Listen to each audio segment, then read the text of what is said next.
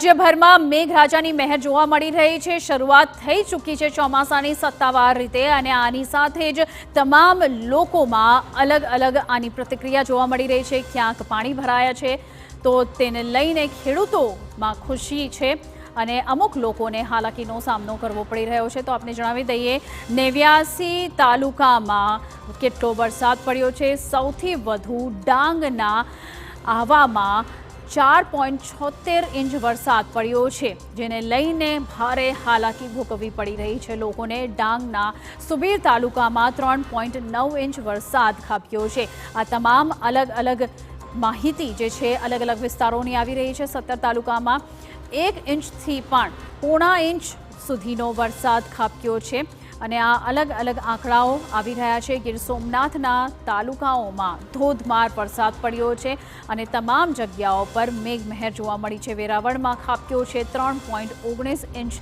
વરસાદ અને આ અલગ અલગ તમામ આંકડાઓ આવી રહ્યા છે। રાજ્યના સૂત્રાપાડાની વાત કરીએ તો 3.25 ઇંચ અને ગીર ગઢડા 2.25 ઇંચ જેટલો વરસાદ ખાબક્યો છે।